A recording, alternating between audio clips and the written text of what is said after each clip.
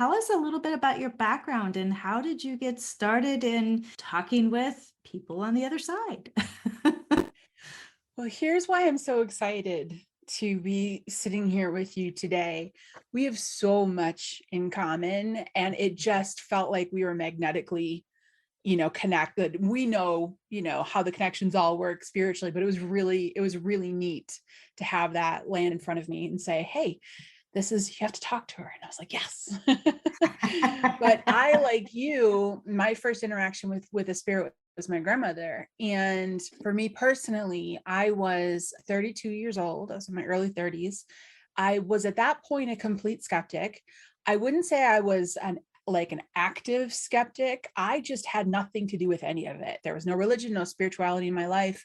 It was business, business, business, science. I have a math degree from college. It just 1 + 1 had to equal 2. It had to be solid and in front of my face.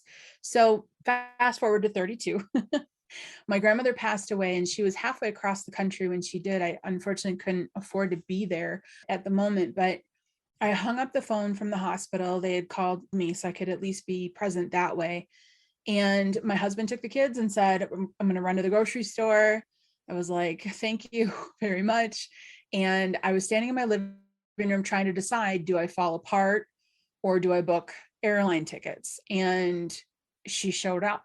And I'll be honest, it frightened me. My first reaction was to sort of, I remember jumping backwards and trying to grab onto things thinking, okay, this is not okay. Cause she was about 70% solid and she was standing there. She turned and she winked at me and then she just disappeared. And I remember thinking, I've lost my mind. This is grief.